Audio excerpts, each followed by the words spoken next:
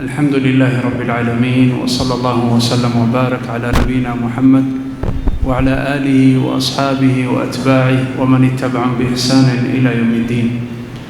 Baadakum himidi Allah subhanahu wa ta'ala na kumtakia rehma na amani kipenzi chake Bwana Mtume Muhammad sallallahu alayhi wasallam.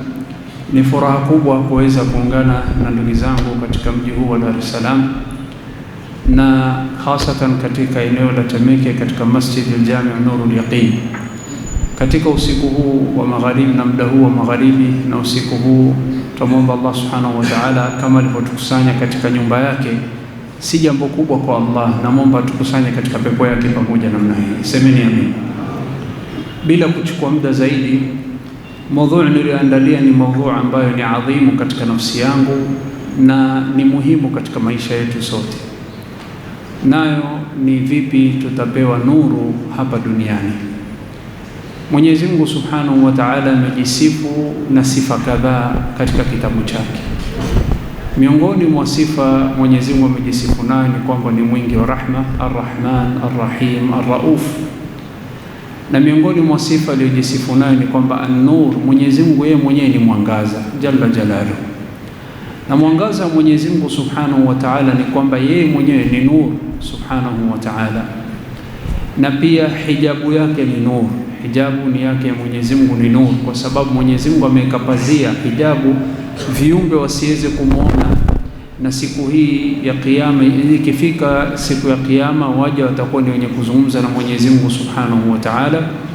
Kisha waumini wakiingizwa peponi, ile hijabu ya nuru, mwangaza, itakuwa ni yenye kuondoshwa na watu watamuona Mwenyezi Mungu. Ndipo ulama wakasema hijabu ya Mwenyezi Mungu pia ni nuru, Jalla Jalaluhu. Mwenyezi Mungu Subhanahu wa Ta'ala amejalia kwamba kila mwangaza unayoona imetoka kwake Subhanahu wa Ta'ala, na kila nuru unayoona katika viumbe ni nuru iliyotokamana na yeye Subhanahu wa Ta'ala. Na hii nuru, kando Mwenyezi Mungu kujisifu na nuru katika sifa zake, amegawanya nuru aliyopatia viumbe wake nuru aina mbili. Na nuru ya kwanza ni nuru ambayo inaonekana kwa macho yetu, na nuru ya pili ni nuru ambayo haionekani kwa macho yetu lakini tuiona athari yake. Na hii ya pili ndio muhimu zaidi. Nuru ambayo tunaona kwa macho yetu ni nuru aliyekuwa ni Mwenyezi Mungu mwenye kuipatia jua. Tunaona kwamba jua ina mwangaza, ina nuru, mwezi na kadhalika viumbe vingine. Kisha aina ya pili ya nuru ambayo imetoka kwa Mwenyezi Mungu Subhanahu wa Ta'ala ni nuru iliyotokamana, nuru inayopatikana katika nyoyo za wanadamu, nayo ni nuru ya imani. Na nuru hii ni muhimu sana kwa sababu Allah Subhanahu wa Ta'ala kwa ajili ya nuru hii ya pili, yani nuru ambayo inaitiwa katika nyoyo za wanadamu, Allah amekuwa ni mwenye kufanya mambo mawili ili nuru hii ipatikane katika nafsi zetu. Jambo la kwanza, Mwenyezi Mungu ametumiliza mitume ili hii nuru tuipate na ipate kupenya katika nyoyo zetu. Na njia ya pili Mwenyezi Mungu aliyetumia kutupatia nuru hii ili tupate kujua nuru hii tutaipata namna gani, akaishukisha Qur'ani tukufu na vitabu tukufu iwe ni mwangaza kwetu Subhanahu wa Ta'ala. Ama kutuma mitume wake, Mwenyezi Mungu asema walaqad arsalna Musa biayatina an akhrij qaumaka min adh-dhulumati ila an-nur. Mwenyezi Mungu asema na nilimtuma Nabiillahi Musa alayhi salam kwa aya zetu tukufu tulizompatia na dalili zetu na ishara zetu. Lengo na madhumuni ya Nabiillahi Musa kutumwa, an akhrij qaumaka, watoe watu wako, min adh-dhulumati, kutoka giza, ila nuru, na uwatie katika nuru. Na Allah Subhanahu wa Ta'ala alipoeleza malengo ya kumtuma mtume wetu Muhammad sallallahu alayhi wasallam, aliwaambia ahlul kitabi maneno haya. Mwenyezi Mungu asema katika Qur'ani tukufu katika suratul Maida, Mwenyezi Mungu asema qad ja'akum minallahi nurun wa kitabun mubin, imewajieni nyinyi watu wa vitabu, Mayahudi na Manasara, kutoka Mola wenu nurun, mwangaza kutoka kwake, wa kitabu mubin, na kitabu kilichokuwa wazi. Nuru anaikusudiwa katika aya hii ni Muhammad sallallahu alayhi wasallam. Kwa hivyo njia ya kwanza Mwenyezi Mungu ameitumia kutuletea hii nuru ili ipate kupenya katika nyoyo zetu, ni kwamba alitumiliza mitume. Njia ya pili Mwenyezi Mungu aliyetumia ili nuru hii ipate kuingia katika nyoyo za wanadamu ni kushukisha vitabu al-Taurat wal-Injil wal-Quran. Mwenyezi Mungu akiisifu Qur'ani, Mwenyezi Mungu asema, Mwenyezi Mungu akiisifu Taurat aliyempatia Nabillahi Musa alayhi salam asema, inna anzalna at-Taurata fiha hudan wa nur. Mwenyezi Mungu asema tumeishukisha hii Taurati iwe ni mwongozo na iwe ni nuru kwa wafuasi wa Nabillahi Musa alayhi salam.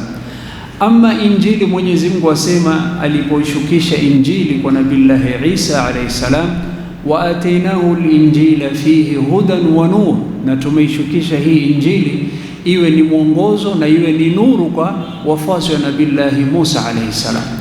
Ama Mwenyezi Mungu alipoishukisha Qur'ani ametueleza sababu ya kuishukisha Qur'ani. Miongoni mwa sababu ya Qur'ani kushukishwa ili Qur'ani iwe ni nuru na iwe ni sababu ya sisi kutoka giza mpaka tuje katika nuru ya Mwenyezi Mungu. Mwenyezi Mungu asema, bismillahir rahmanir rahim, alif lam ra, kitabun anzalnahu ilayka litukhrijan nasa minadh-dhulumati ila an-nuri biidhni rabbihim ila siratil azizil hamid. Mwenyezi Mungu asema alif lam ra, kitabu ilichoshukishwa kwa mtume wetu, kwa mtume wenu Muhammad, imeshukishwa kwako, ilaika, imeshukishwa kwako, litukhrijan nas, ili utoe watu, minadh-dhulumati, kutoka giza, ila nur, ili wapate kuingia katika mwangaza, biidhni rabbihim, kwa idhni ya Mwenyezi Mungu, wapate kuongoka ila siratil azizil hamid, katika njia ya Allah subhanahu wa ta'ala. Na hii nuru mwanadamu asipoikubali na nuru hii isipoingia katika moyo wako, na mtu yoyote ambaye nuru hii ya imani na nuru hii ambayo Mwenyezi Mungu yataka ipenye katika nyoyo za wanadamu, yeyote ambaye hana, hata kama yuko hai, huyo onekana kama amekufa. Allah subhanahu wa ta'ala asema, aw man kana maytan fa ahyaynahu wa ja'alna lahu nuran yamshi bihi fi an-nas kama mathaluhu fi adh-dhulumati laysa bikharijin minha. Mwenyezi Mungu asema, je, wako sawa yule ambaye alikufa hata hayuko hai? Kwa nini Allah asema huyu amekufa? Kuna watu ambao waliokuwa ni kama maiti, na kuna watu ambao Mwenyezi Mungu aliyopatia uhai. Hasa uhai anaokusudia Mwenyezi Mungu wa kisawasawa ni uhai ambayo Mwenyezi Mungu amejalia huyu mtu amepewa nuru katika moyo wake. Ama mtu ambaye yuko hapa juu ya dunia, yuala, yuanya, yutembea, lakini hana nuru iliyopenya katika moyo wake, huyu mbele ya macho Mwenyezi Mungu ni maiti, hana faida, ni kufa na kuingizwa motoni. Allah asema, aw man kana maitan, je, huyo ambaye alikuwa maiti, fa ahyaynahu, tukampatia uhai. Kwa njia gani? Waja'alna lahu nuran, na tukampatia nuru na mwangaza, yamshi bihi fi nnas, akipita baina watu, kama mathaluhu, je, mfano wake ni sawa na yule ambaye fi dhulumati, yuko katika giza, laysa bikharijin minha, na hawi ni mwenye kutoka katika hiyo giza. Bimaana huyu ambaye hajapewa nuru, huyu ni maiti, hana faida mbele ya macho ya Mwenyezi Mungu. Kwa hivyo usipendezwe na mtu ambaye hana nuru ya imani katika nafsi yake, awe na cheo kiasi gani, awe na nguvu kiasi gani, awe na mali kiasi gani, awe na uzuri kiasi gani, awe na ufasaha kiasi gani, awe na ushawishi kwa jamii kiasi gani, ikiwa huyu hajapewa nuru mbele ya macho ya Mwenyezi Mungu, huu ni maiti. Hasa huyu Mwenyezi Mungu ayabainisha kwamba huu ni maiti, yeye ni kufa tu na kupata kuzikwa na kuingizwa motoni, waliyadhu billah. Na Mwenyezi Mungu aeleza kuhusiana na hii nuru ambayo watu waliokosa. Allah asema, yule aliyekosa nuru msimuone kwamba huyu yuko sawa. Allah asema, wama yastawi al-a'ma wal-basir wala adh-dhulumat wala an-nur wala adh-dhill wala al-haw wama yastawi al-ahya'u wal-amwat. Allah asema hawako sawa. Hawako sawa mtu aliyekuwa kipofu na mtu aliyepewa macho kuweza kuona, hawako sawa. Hawako sawa wale ambao waliokuwa katika giza na wale ambao waliokuwa katika mwangaza. hawako sawa wale ambao waliokuwa hai na wale ambao waliokufa, hawako sawa. Na kwa sababu watu wamekuwa ni wenye kukosa hii nuru, basi watu kama hawa wanaishi maisha ya dhiki hapa duniani. Ndipo ulama wakasema, anayekosa nuru hii katika moyo wake, basi mtu kama huyo hana furaha katika maisha yake, hana raha katika nafsi yake, hana utulivu katika moyo wake, hana utulivu katika kifua chake. Mtu huyu hata kama angepewa kila neema ya dunia, bado ataishi maisha yasiyokuwa na raha, kwa sababu amekosa nuru hii katika moyo wake. Na huyu mtu atakuwa katika giza aina 10. Allah asema, ulama wanasema, mtu anayekosa hii nuru katika moyo wake atakuwa katika giza aina 10. Giza ya kwanza ni giza katika tabia yake, mtu humwelewi mwenendo wake. Giza ya pili, dhulmatun fil hawa, na katika matamanio yake atamani mambo ambayo haingia akili. Giza katika matamshi yake, washangaa huyu mtu mzima, mtu ambaye ana umri ameishi, washangazwa na elimu aliyokuwa nayo na umri aliyokuwa nayo, lakini mtu hajiheshimu, azungumza ovyo, hana nuru katika maneno yake, hana nuru. Anagiza katika vitendo vyake, anagiza katika pale anapoingia na anapotoka, anagiza katika kaburi linalomsubiri, anagiza siku ya Kiyama, na anagiza inamsubiri katika makalio yake ya mwisho. Ndipo ulama wakasema, kiwemo Imam Ibn Qayyim rahmatullahi alayhi, alkharijuna an ta'ati rasuli salawatullahi wa salami alayhi, wale ambao waliotoka katika taa ya Mwenyezi Mungu wakamaasi, basi hawa wako katika fi 10 dhulumat, wako katika giza ina 10: dhulmatul tab' wa dhulmatul jahl wa dhulmatul hawa wa dhulmatul qawl wa dhulmatul amal wa dhulmatul madkhal wa dhulmatul makhraj wa dhulmatul qabr wa dhulmatul qiyam wa dhulmatu darul qarar. Maana waliyadhu billah. Tofauti na yule ambaye Allah, na hawa ambao hawakupata nuru, hawapendi wale ambao waliopewa nuru na Mwenyezi Mungu, hawapendi. Kwa sababu yule ambaye yuko katika makosa akimwona mwenzake yuko katika sawa, haridhii. Na wao hufanya juu chini nuru ya Mwenyezi Mungu isienee. Mwenyezi Mungu asema, yuriduna liyutfi'u nura Allahi biafwahihim wallahu mutimmu nurihi walau karihal kafirun. Hawa hawapendelei, wataka kuizima nuru ya Mwenyezi Mungu, lakini Allah ataitimiza nuru yake. Mwenyezi Mungu asema, yuriduna an yutfi'u nura Allahi biafwahihim wa ya'ba Allah illa an yutimma nurahu walau karihal kafirun.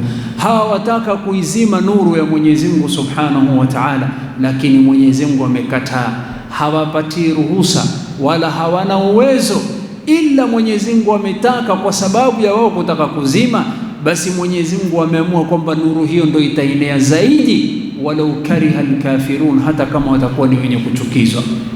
Kwa hivyo hawa watu ambao hawajapewa nuru, wanapopiga vita wale ambao waliopewa nuru, wajaribu kuizima hii nuru ya Mwenyezi Mungu iliyoko katika nyoyo za wanadamu, wajaribu kuizuia isienee, basi hawajui ya kwamba hiyo ndo sababu ya nuru kuenea zaidi.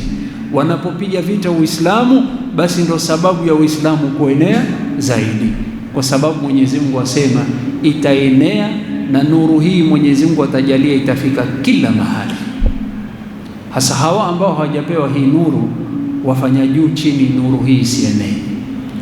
Na hii nuru Mwenyezi Mungu akikupatia, basi wewe utaishi maisha ya raha hapa duniani. Ukipewa hii nuru na Mwenyezi Mungu, basi utaishi maisha ya furaha, utaishi maisha ya utulivu, utaishi maisha ambayo wanadamu wengi hawapati kuishi hapa duniani. Na hii nuru ya imani kipenya katika moyo wako, basi wallahi utaishi maisha ya utulivu, hata kama umepungukiwa katika mambo yako ya kidunia. Watukufu waumini, hii nuru haupewi kwa sababu ya nasaba yako wala ukoo wako.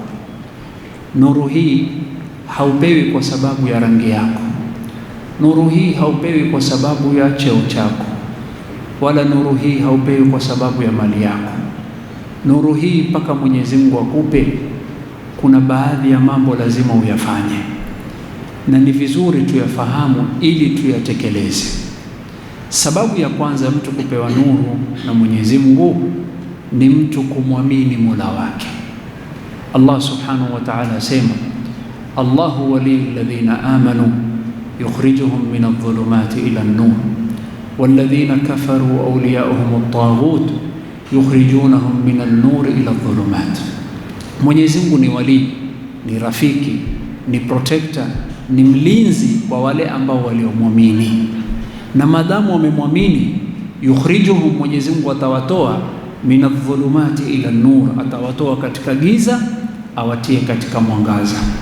Walladhina kafaru, na wale waliomkufuru Mwenyezi Mungu wakaamua kumchagua mwingine kando na Mwenyezi Mungu, awliyauhum at-taghut, na hao ambao waliochaguliwa kando na Mwenyezi Mungu watawafanyia nini hao waliomkufuru Mwenyezi Mungu? Yukhrijuhum minan nuri ila dhulumat, watawatoa katika giza wawaingize katika ukafiri. Hasa mtu aliyemkufuru Mwenyezi Mungu katika giza, lakini vipi atatolewa katika nuru? Kwa sababu kila mtoto anapozaliwa kuna nuru Allah humpatia katika moyo wake. Je, wajua hivyo? Je, wajua ya kwamba kila mtoto anapozaliwa, anapokuja hapa duniani, kuna nuru Mwenyezi Mungu huweka katika moyo wake. Asema salawatu rabbi wa salamu alayhi, kullu mauludin yuladu ala alfitra fa abawahu yuhawidani au yunassirani au yumajisani. Kila mwana anayezaliwa, kila mtoto anayezaliwa huzaliwa katika fitra. Fitra ni aina ya nuru Mwenyezi Mungu humpatia huiweka katika nafsi ya kila mtoto anapokuja duniani, ya kupenda kheri na kuchukia shari, na kumpenda Mola wao na yuko tayari kuwatii. Hii ni fitra. Hasa kuna watu ambao huizima hii nuru ya watoto wao, ima ni wazazi ama ni mazingara. Basi ndipo Rasul akasema, maadamu wamezaliwa na hii nuru, iweje sasa huyu mtoto baadaye humkufuru Mwenyezi Mungu? Rasul sallallahu alaihi wasallam akasema, huenda sababu ni baba yao, fa abawahu, labda wazazi wake wawili, mama na baba, wakawa chanzo huyu mtoto hiyo nuru ya imani na Uislamu wakaizima, wakamsukuma katika Uyahudi au Nasara au katika Majusi au katika mambo yaliyopotea. Hasa Allah subhanahu wa ta'ala asema, walladhina kafaru, wale waliomkufuru Mwenyezi Mungu, awliyauhum at-taghut, kisha natija yukhrijuhum, ile nuru ndogo waliopewa wanawatoa, wanawatia katika dhulumati, giza. Na hapa kuna funzo kubwa kwetu sisi kama waumini. Funzo gani? Ni kwamba mtoto wako unapochukua, ni mwenye kupewa mtoto na Mwenyezi Mungu, hiba, umetunukiwa mtoto. Huyu mtoto tayari ana nuru ambaye amepewa, ana mwangaza ambaye amepewa. Hasa wewe kama mzazi, jukumu lako ni kuihifadhi ile nuru na kuikuza.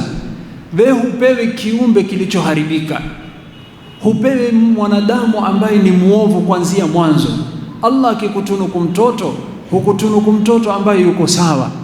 Sasa wewe majukumu yako kama mzazi ni kuilinda hiyo nuru na kuikuza.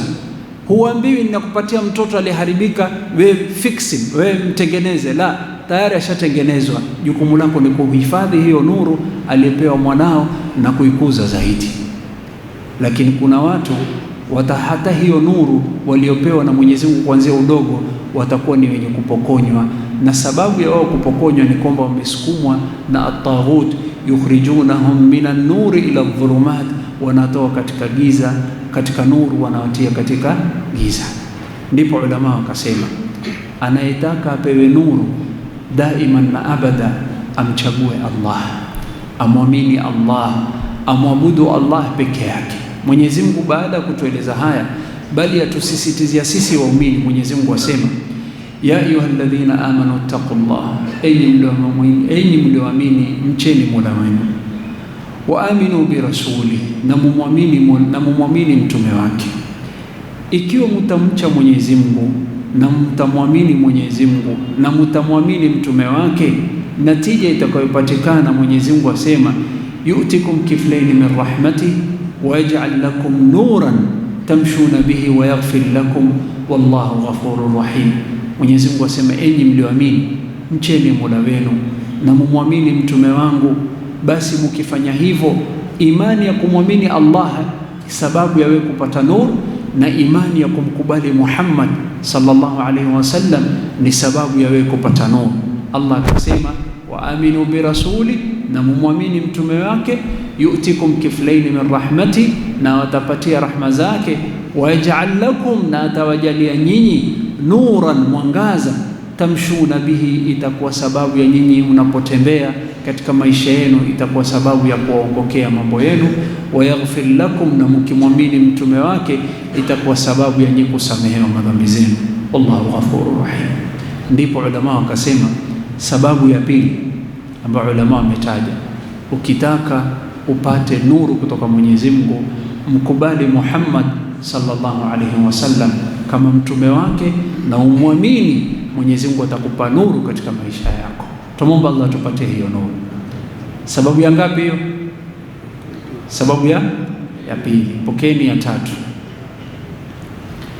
Miongoni mwa sababu ya mtu kupewa nuru katika maisha yake ni mtu kushikamana na Qur'ani tukufu. Ni mtu kushikamana na Qur'ani tukufu. Mwenyezi Mungu Subhanahu wa Ta'ala asema, ya ayuhan nas qad ja'akum burhanun min rabbikum wa anzalna ilaykum nuran mubina. Allah asema, enyi watu,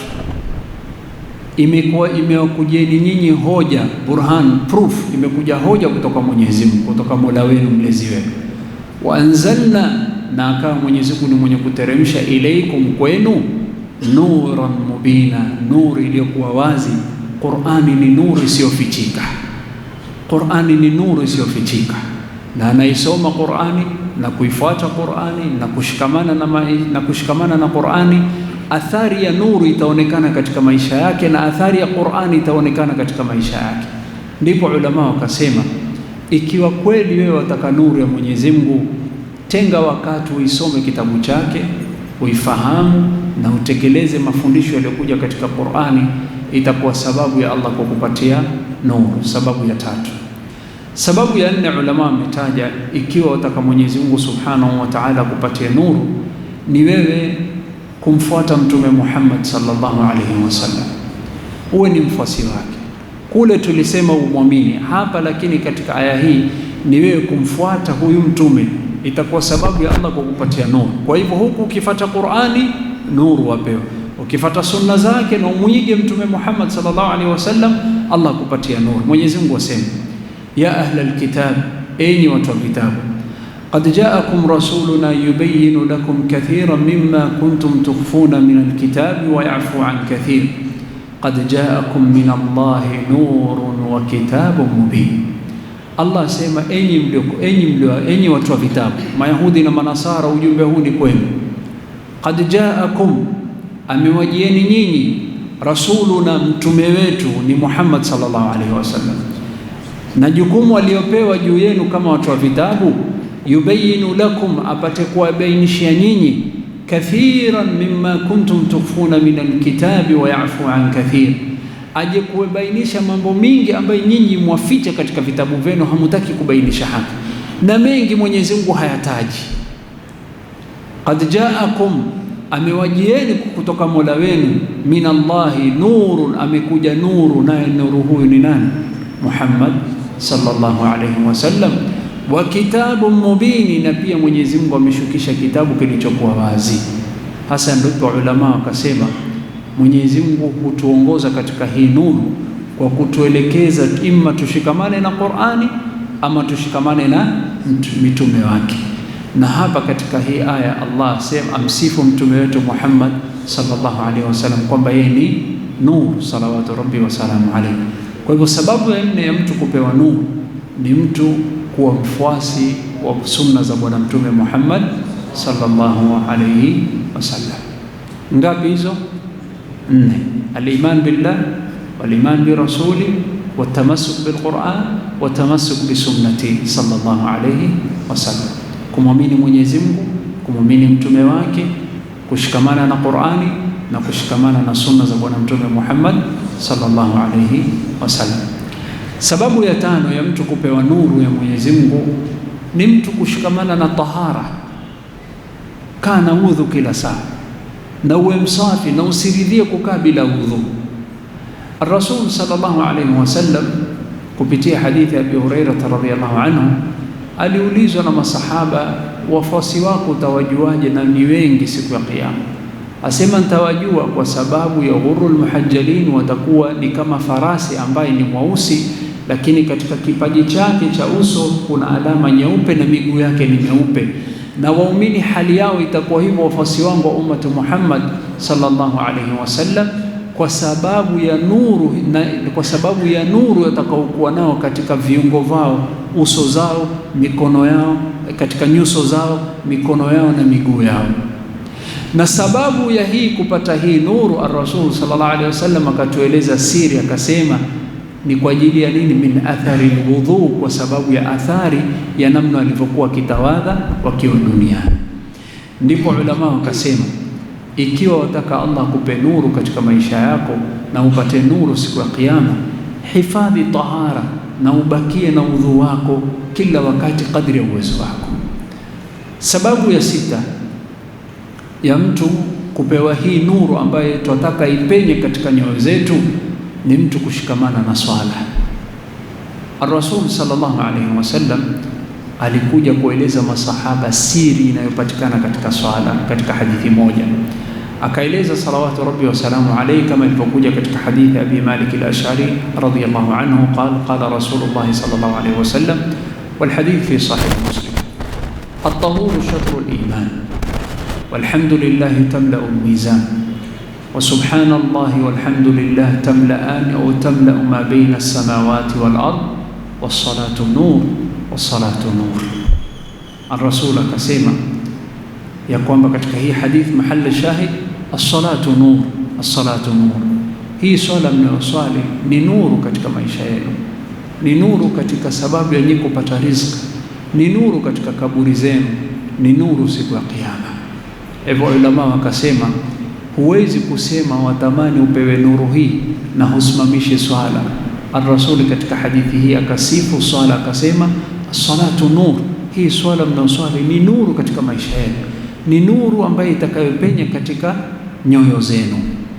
Sababu ya sita ni swala kusimamishwa. Sababu ya saba ni mtu anaposimamisha hii swala, yafanya juu chini asimamishe hii swala msikitini, na iwaja msikitini wakati wa giza.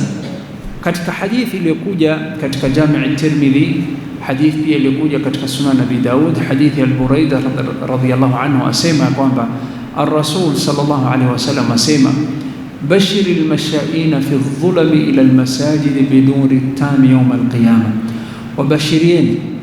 wabashirieni wale ambao wanaotembea wakati wa giza, magharibi, ishai, alfajiri.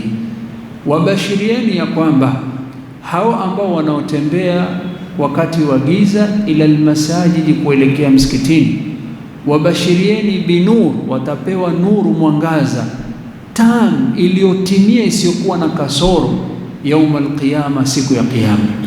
Al-Imam Mubarakfuri rahmatullahi alayhi wasema, alladhi yuhitu an-nuru tam alladhi yuhitu bihim min jami'i jihatihim ay ala sirat, ni siku ya Kiyama hii nuru itakuwa ni yenye kuwazunguka katika kila njia, mbele, nyuma, kuliani mwao, kushotoni mwao, juu na chini. Na hii itawafaa siku ya Kiyama, na tutakuja mwisho wa darsa tutakuja kueleza yule atakayetafuta hii nuru hapa duniani hali yake itakuwa vipi siku ya Kiyama. Al-Imam Ibn Rajab rahmatullahi alayhi akaeleza akasema, almashyu ila almasajid warujuu minha fi al-layali al-mudhlima, mtu kutembea kuelekea msikitini na kutoka msikitini wakati wa giza na usiku wa giza, thawabuhu nuru min Allah azza wa jalla, thawabu yake ni kwamba Allah atampatia nuru siku ya Kiyama.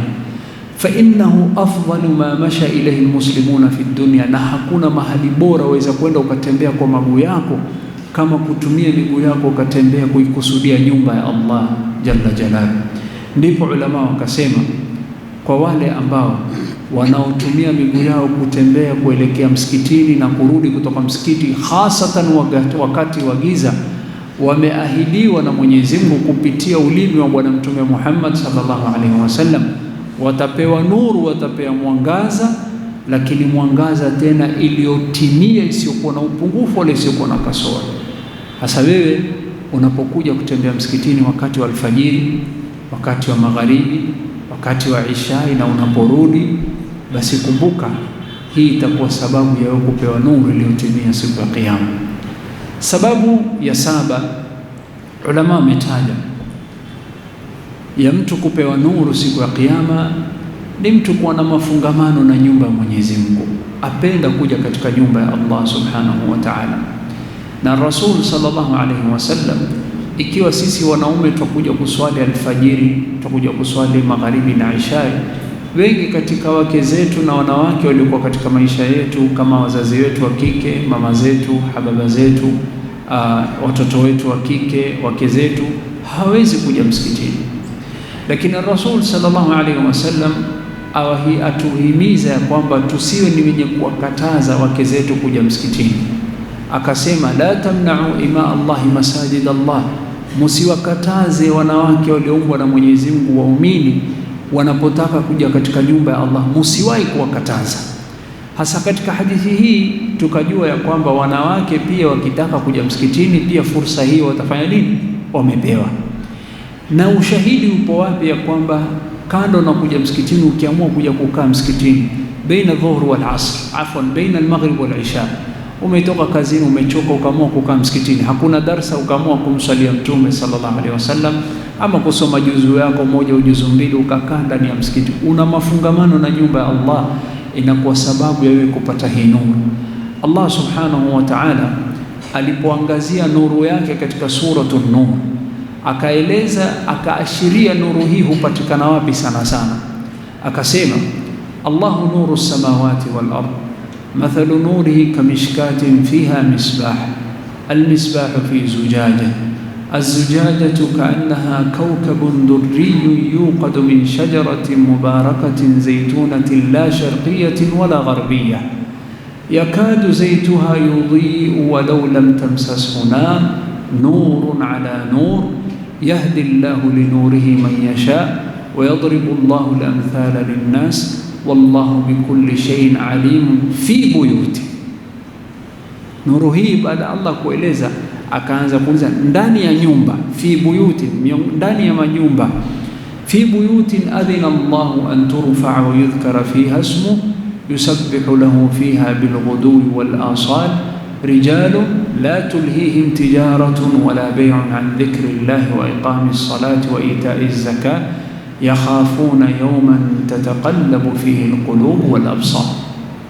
Hasa ulama wakasema, baada ya Mwenyezi Mungu kuangazia hii aya nurun ala nur, akaashiria mwenye kutaka hii nuru ataipata wapi? Fi buyutin, ni katika majumba ambayo adhina Allah, Mwenyezi Mungu ametoa idhni apate kutajwa Mwenyezi Mungu jina lake na kupata kusabihiwa asubuhi na jioni. Ndani ya hii majumba kuna wanaume ambao wanaofanya biashara, wanaotafuta dunia zao, lakini hawaruhusu shughuli waliokuwa nao nje iwashughulishe na ibada. La tulhihim tijaratun wala bay'un an dhikrillah, ikifika wakati wa kumtaja Mwenyezi Mungu, wakati wa swala, hawakosekani katika majumba ya Mwenyezi Mungu. Ulama wakasema, anaitaka hii nuru basi awe na mafungamano na nyumba ya Mwenyezi Mungu subhanahu wa ta'ala. Usiwe ni mwenye kuja msikitini kwa sababu ya swala peke yake. Waonaje uje msikitini ukae, mwanamume au mwanamke, uje tu ukae umswalie Mtume sallallahu alaihi wasallam, uisome Qur'ani angalau hata kama ni juzu moja, umsabihi Mwenyezi Mungu. Hii ni sababu ya wewe kupewa nuru katika moyo wako, na tuomba Allah tupatie nuru. Sababu ngapi hizo? 7, sio?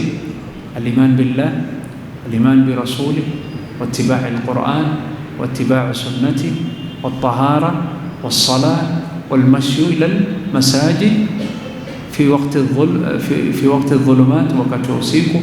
Na ya 8 ya mwisho, kuwa na mafungamano na nyumba ya nani? Mwenyezi Mungu. 8 hizo, sio? Tosha ama niongezee? Zitatosha hizi 8?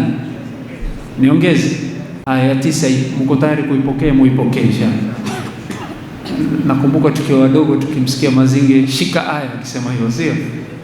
Chukua aya mashika aya. Kwa hivyo muipokee hii ya 9. Mwenyezi Mungu amehifadhi Mazinge popote alipo. Sababu ya 9 ni kwamba hii nuru ukiitafuta miongoni mwa njia nzuri ya kupata hii nuru ni muombe Allah kupe hiyo nuru. Ad-dua. Sikizeni hadithi hii na dua hii ajibu iliyokuja katika Sahih al-Bukhari na Sahih Muslim. Asema Ibn Abbas radhiyallahu anhu, ar-Rasul alikuwa akiomba dua hii akisema, Allahumma ij'al fi qalbi nura wa fi basari nura wa fi sam'i nura wa an yamini nura wa an yasari nura wa fawqi nura wa tahti nura wa amami nura wa khalfi nura waj'al li nura, na fi baadhi riwayat waj'al fi qalbi nura waj'al fi qabri nura wa'tini nura wa'adhim li nura waj'al ala lisani nura, katika baadhi riwayat, lakini hii ndio iko katika Sahih al-Bukhari. Allahumma ij'al fi qalbi nura, ya Rabb itie nuru, mwangaza katika moyo wangu. Wa fi basari nura, katika macho yangu nitilie nuru.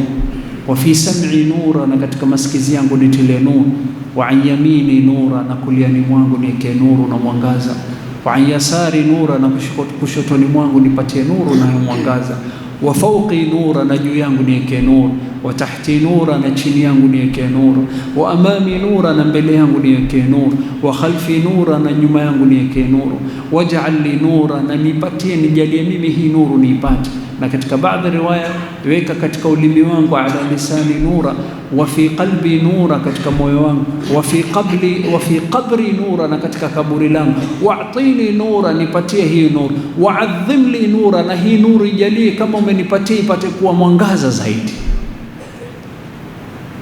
Ikiwa kuna nukta nimetaja yenye kukuonesha kwamba hii nuru ni muhimu, Ar-Rasul aliomba nuru ipatikane katika kila sehemu na katika kila kiungo. Alianza na moyo, nitilie nuru katika moyo wangu, nitilie nuru katika macho yangu, nitilie nuru katika masikizi yangu, nitilie nuru katika ulimi wangu, katika baadhi riwaya nitilie nuru mbele yangu, weka nuru, nyuma yangu weka nuru, kuliani mwangu weka nuru, kushotoni mwangu weka nuru, juu yangu weka nuru, chini weka nuru, kaburi langu nitilie nuru. Allah, hii yaonesha umuhimu, jambo ambalo alitamani Mtume sallallahu alaihi wasallam awekewe nuru katika kila sehemu, azungukwe na nuru, na awekewe nuru katika kila kiungo muhimu katika mwili wake sallallahu alaihi wasallam.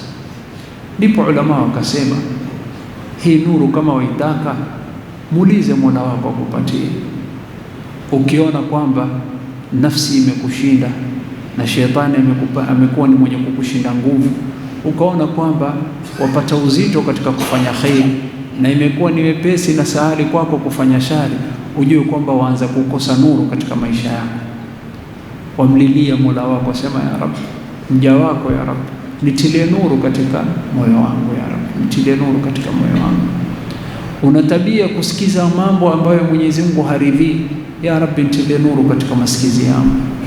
Una tabia ya kuangalia mambo ambayo Mwenyezi Mungu haridhii, watumia macho yako, ambaye ya Rabbi nitilie nuru katika macho yako. Wa hakadha, mnyenyekee Mola wako, muombe akupe hii nuru, kwa sababu akikupatia hii nuru itakuwezesha kuweza kufanya khairi kwa wepesi, na itakuzuia kufanya maasi, itakuwa ni nzito kwako. Na wewe siku ukifika daraja kufanya khairi inakuwa ni rahisi, na kufanya maovu inakuwa ni ngumu, wallahi ushafanikiwa, wallahi umefanikiwa. Sasa ulama wakasema katika sababu ya Allah kukupatia nuru ni wewe kumuomba Allah akupe. Naomba nitaje sababu ya 10. Ilikuwa ya 9, sio? Naomba nimalizie 10, tilka 10 kamila. Sawa? Katika sababu ya Allah kukupatia nuru ni kwamba nuru hii umeikosa kwa muda mrefu, ukafanya maovu, ukafanya machafu, ukajua nuru hii ni muhimu ipate, na umeifahamu kwamba nuru hii nikipata khairi itakuwa ni wepesi na shari itakuwa ni vigumu kufanya, lakini hali yako haikuruhusu. Waona wapenda kufanya shari na waona kwamba kufanya khairi ni nzito kwako, na hii nuru waitaka, basi hii sababu ya 10 ya mwisho itakufaa. Sababu gani? Kumtumia Mola wako na kumomba msamaha. Upindi ukimtubia Mola wako ukamwomba Allah msamaha, Allah atakupatia hii nuru. Mwenyezi Mungu asema, ya ayyuhalladhina amanu tubu ila Allahi tawbatan nasuha asa rabbukum an yukaffira ankum sayyi'atikum wa yudkhilakum jannatin tajri min tahtiha al-anhar yawma la yukhzi Allahu an-nabiyya wal-ladhina amanu ma'ahu nuruhum yas'a bayna aydihim wa biaymanihim yaqulun rabbana atmim lana nurana waghfir lana innaka ala kulli shay'in qadir. Ulama wakasema, ukihisi ya kwamba hii nuru umeikosa, na umeikosa hii nuru kwa sababu ya maovu unayoyafanya na kwa sababu ya makosa unayoyatenda, basi katika sababu iliyokuwa sahali ya wewe kupewa hii nuru ni kumwomba Allah msamaha na kumtubia Mwenyezi Mungu kwa makosa unayoyafanya. Lakini unapomrudia Mwenyezi Mungu, yatakana umtubie Mola wako, na aina ya toba ambayo tumehimizwa kuleta ni taubatan nasuha, ni toba ambayo ilikuwa ni an-nasuh. Si kila aina ya toba, ni taubatan nasuh. Na hii taubatan nasuh iko na sharti nne. Sharti ya kwanza, tauba ni ibada, na kila ibada lazima ufanye kwa ajili ya nani? Allah. Kwa hivyo al-ikhlas. Sharti ya pili na ya tatu na ya nne imefungamana na muda na zama na maisha yako. Sharti ya pili na tatu na nne imefungamana na yaliyopita na ya sasa na yanayokuja, your past, your present and your future. Ama yaliyopita tayari ushafanya, huwezi kubadilisha, huwezi kurudisha muda nyuma ukarekebisha yale uliyofanya, tayari ushayatenda na malaika washasajili. Suluhisho ni nini? Ni ujute kwa yale uliyoyafanya. Mimi nilifanya kadha, naomba ikukere, ujutie. Usijifakhiri kwa makosa uliyofanya ukatangaza, mimi kuna siku nilifanya hivi, mimi kuna mahali nilikwenda nikafanya hivi. Yani wewe watangaza, wajifakhiri kwamba umemudhi Mwenyezi Mungu. Iyadha billah. Kwa hivyo yaliyopita uyajutie, kwa sababu huwezi kurudisha wakati ukarekebisha uliyofanya. Kwa hivyo yashafanywa na malaika washasajili. Suluhisho nini? Yaliyopita jutia. Mimi nilifanya hivi lakini haikuwa vizuri, haikuwa haipendezi mimi kufanya. Ikukeri na uyajutia haya yaliyopita.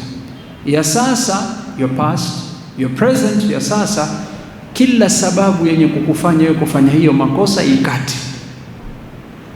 Ni uhusiano unaye na msichana, kata, block. Ni tabia fulani mbaya ambayo uko nayo, hiyo tabia wewe, kama hiyo kosa ikipindi unapoifanya huifanyi moja kwa moja, kuna hatua wewe huchukua mpaka ukafanya nini? Ukayafanya. Ile hatua yenye kukupelekea ufanye hiyo kosa, epukana nao, izide mlango huo na uifunge. Na kila mmoja ajijua, bali ni insana ala nafsihi basira. Sasa wewe jiulize, mimi nina tabia kusengenya, huwa yakuaje mpaka kusengenya? Mtu fulani huwa ana tabia kupenda kuzungumza juu ya watu. Akija ambia, angalia wewe ukija kwangu mimi sitaki maneno haya, tuzungumze mengine. Mambo kuzungumza watu nafanya, kuzungumza juu ya watu mistaki. Wajua kila siku huo ndio kufanya usengenyi. Kuna watu maumbile yao tabia mbaya ambao wako nao ni kwamba kila ukisikia habari wakuletea, kisha baadaye wafungua mlango wa kutaja watu vibaya. Sasa epukana na hiyo sababu. Mathalan, mtu ana tabia kuangalia machafu akiwa peke yake. Sasa solution nini? Kata hiyo internet. Okay, nahitaji hiyo internet kwa kazi, basi tumia hiyo internet na simu ukiwa na watu. Ukiwa peke yako usitumie, kwa sababu pindi ukiwa peke yako wajua kwamba nafsi itakushinda. Sijui kama tuelewana. Kwa hivyo ulama wakasema kuna sababu zenye kupelekea kufanya hiyo kosa na ulifanya, kata hiyo sababu. Hiyo ndio maana taubatul nasuh. Sasa hiyo ni the past, the present, ya sasa, the future na yanayokuja. Tiania sasa, sharti ya 4, tiania kwamba maadamu nimemwomba Allah msamaha na namkusudia yeye, tauba ni ibada. Maadamu jambo la pili nimekuwa ni mwenye kujutia yaliyopita, Maadamu ya sasa nimekata sababu ya hizo kufanya dhambi, sasa tiania, dhamiria na utiania kwamba kuanzia sasa mimi sirudi tena. Kwa hivyo tiania kwamba hutaki kurudia, yani the future yanayokuja. Kuanzia leo mimi hapa nimefunga. Wangapi ambao one day walifanya uamuzi, siku moja tu, mtu ambaye avuta sigara pakiti 2 ambaye itakuwa nani, baadaye watu waambia hivi si sawa. Siku moja tu hivi, basi khalas, leo nimeacha. Ameifunga katika pipa, ndo Allah naye akamwezesha kwa nia yake nzuri. One day, siku moja aliamua na akaacha maovu aliyofanya. Na mifano ni mingi. Kila unayemwona mwanadamu ana aibu yake, lakini tofauti ni kwamba kuna watu walimtubia Mwenyezi Mungu. Janna imejaa watu, pepo ya Allah imejaa watu wanaofanya madhambi. Lakini tofauti ya watu hao, watu wa janna waliofanya madhambi na watu wa motoni, ni hao watu wa janna ni kwamba walimtubia Mwenyezi Mungu. Sijui kama tuelewana. Na kila mwanadamu amkosea Mwenyezi Mungu. Allah subhanahu wa Rasul sallallahu alaihi wasallam asema kullu ibn adam khata, kila mwanadamu ana makosa. Wa khairul khata'ina tawwabun, na bora katika wale ambao wanaofanya makosa ni wale ambao wanamtubia Mwenyezi Mungu. Sasa ulama wakasema janna imejaa watu waliofanya madhambi, lakini siri yao kuingia peponi ni kwamba walimtubia Mwenyezi Mungu na wakaomba msamaha na wakarekebisha mwenendo wao. Sababu ya 10 ulama wakataja hii nuru, ukitaka tubia Mola wako, mrudie Mola wako, Allah atakutunuku hiyo nuru. Allah asema ya ayyuhalladhina amanu tubu ila Allahi taubatan nasuha. Taubatan nasuha nimeeleza sharti 4 kwa ajili ya Allah. Jutia yaliyopita, epukana na sababu, kata hizo sababu za sasa, tiania kwamba kuanzia sasa nisirudi tena. Ikiwa hii ni baina wewe na Mola wako, lakini kama ni baina wewe na mja umemkosea, basi tafuta radhi za yule mja. Kama ni mali umechukua, mrudishie. Kama ni makosa umefanya, muombe msamaha. Kama ni jina umemharibia na ukampakizia na ukamsingizia pia na ukamzuilia, naenda kamwombe msamaha. Almuhim, jaribu kumridhisha yule uliyemkosea hapa duniani. Hii ikiwa ni dhambi, ikiwa ni sababu ya 10 ya mtu kupewa nuru. Zipo sababu nyingine ambao wakati hauruhusu. Miongoni mwa sababu ya mtu kupewa nuru ni mtu kutekeleza ibada ya hija. Ar-Rasul sallallahu alaihi wasallam akasema, kila unaporusha jiwe katika jamarat ukasema Allahu Akbar, Allah hukubadilishia kukupatia nuru siku ya Kiyama. Wakati hauruhusu. Miongoni mwa sababu ya Allah kukupatia nuru ni wewe upate kuzeeka mpaka nywele zako ziwe nyeupe, kwa sababu umekuwa katika Uislamu. Ar-Rasul sallallahu alaihi wasallam asema, mtu yote Muislamu ambaye amepata kuzeeka katika Uislamu mpaka nywele zake zikaanza kuwa nyeupe, Allah atambadilishia nuru siku ya Kiyama. Masahaba wakasema, ya Rasulullah, kuna baadhi yetu wakiona nywele nyeupe kidogo hawapendi, wanaitoa, iweje? Ar-Rasul sallallahu alaihi wasallam akasema, shauri yao hiyo ni nuru siku ya Kiyama, wakitaka waiache, wakitaka waipoteze hiyo nuru atakayopewa siku ya Kiyama. So miongoni mwa sababu ya mtu kupata nuru ni nywele nyeupe, mtu azeeke katika Uislamu. Tumomba Allah tufishe katika Uislamu. Haya ni baadhi ya sababu. Hii itakuwa ni sababu 12, lakini sababu 10 ndio nimefafanua zaidi. Nuru hii Allah akikupatia, athari yake itaonekana katika maisha yako, katika ulimi wako. Ukizungumza maneno yako, Mwenyezi Mungu hutia nuru. Mwenyezi Mungu atatia hii nuru, itaonekana katika uso wako. Kuna wangapi ambao ukimwona wapenda tu kumwangalia kwa nuru ambayo Allah ameweka katika uso zao? Kuna wangapi ambao Allah ametia nuru katika maneno yao, katika ulimi wao, ndimi zao, akizungumza maneno ya penya katika moyo wako. Allah ametia nuru na kabulu katika maneno yao. Wangapi ambao Allah amewapatia nuru katika maisha yao, kila hatua wanaochukua Mwenyezi Mungu huwapatia taufiki. Wamuona mtu juzi alikuwa huku, inkwaje mfika huku, hawajui kwamba huyu amepewa nuru na Allah akamuongoza pale alipofika. Hajuani na mtu, hana godfather, hana senti, lakini wamwona mtu mbele ya macho yako, he's just growing, anakuwa ni mwenye kuwa tu, akiwa yafanikiwa. Wamwona mtu amfika mbali, lakini si juzi tulikuwa tusoma pamoja. Sasa Allah amepatia nuru, na hii nuru ni muhimu ipate.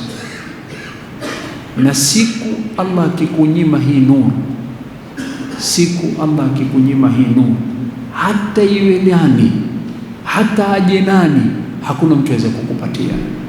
Waman lam yaj'alillahu lahu nuran fama lahu min nur, yule ambaye hata kuwa ni mwenye kujaliwa hii nuru ipate kuingia katika moyo wake, hakuna mtu aweza kumpatia nuru hiyo.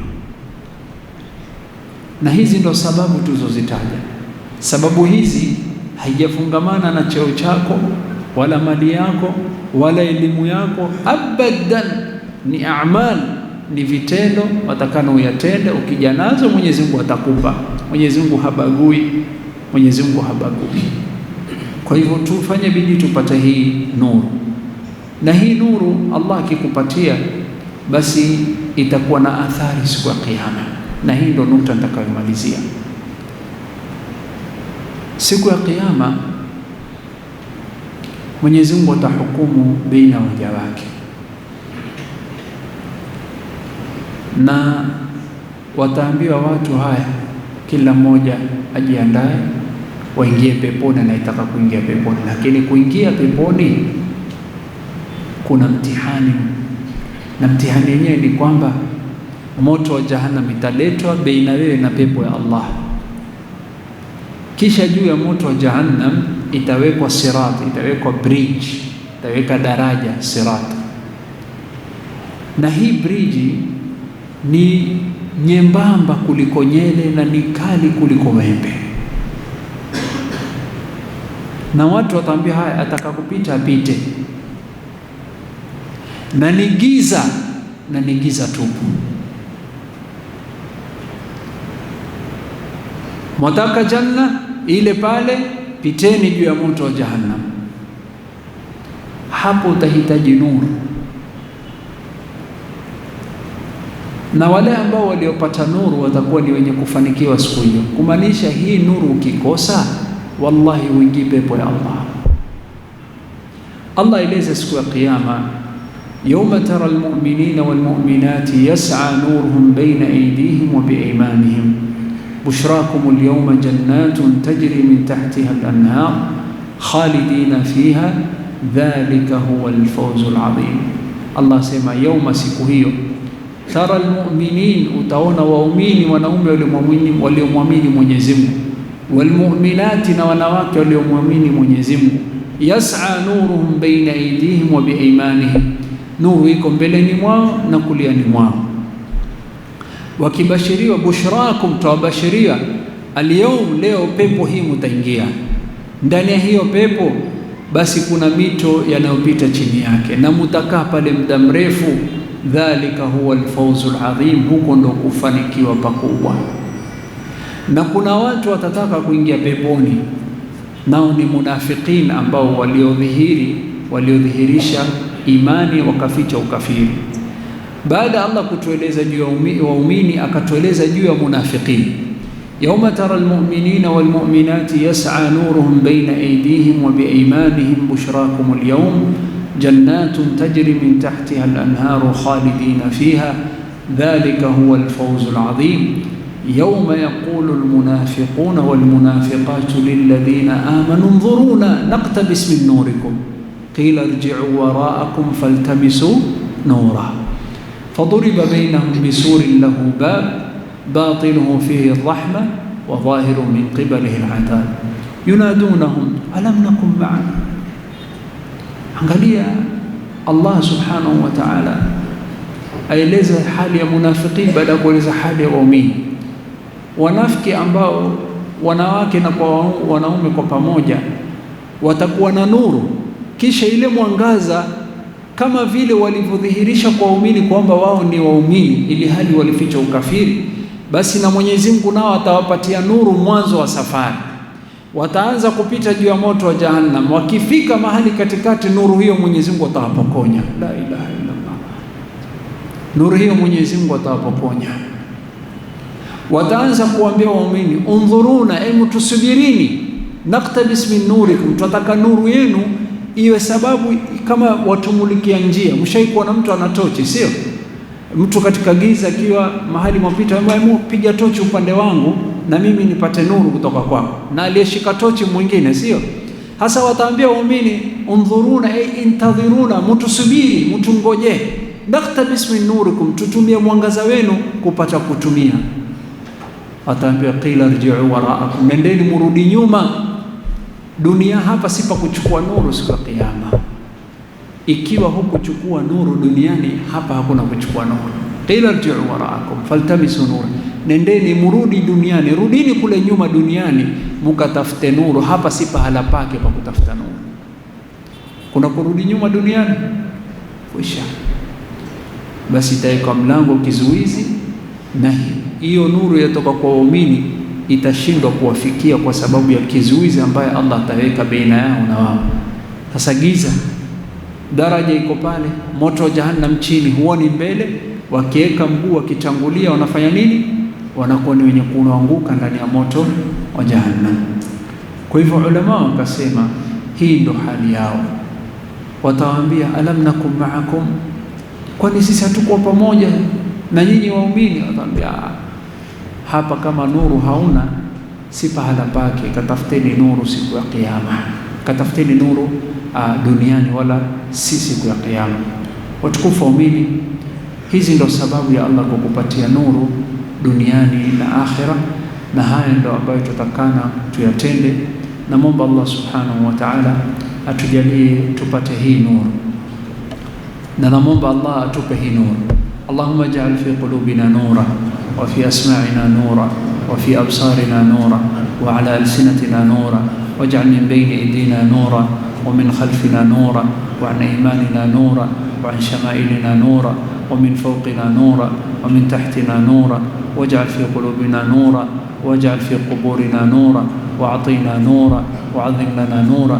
Na Mungu Allah subhanahu wa ta'ala tupatie nuru katika maisha yetu, atie nuru katika nyoyo zetu, atie nuru katika ndimi zetu, atie nuru katika macho yetu, atie nuru katika masikizi yetu, aike nuru mbele yetu, aike nuru nyuma yetu, aike nuru kuliani mwetu, aike nuru kushotoni mwetu, aike nuru juu yetu, aike nuru chini yetu, atie nuru katika nyoyo zetu, atutie nuru katika makaburi zetu, atie nuru katika nyuso zetu.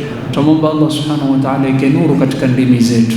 Tumomba Allah subhanahu wa ta'ala atujalie tupate nuru katika maisha yetu, pamoja na pia hii nuru yafikie watoto wetu na wazazi wetu na kizazi chetu.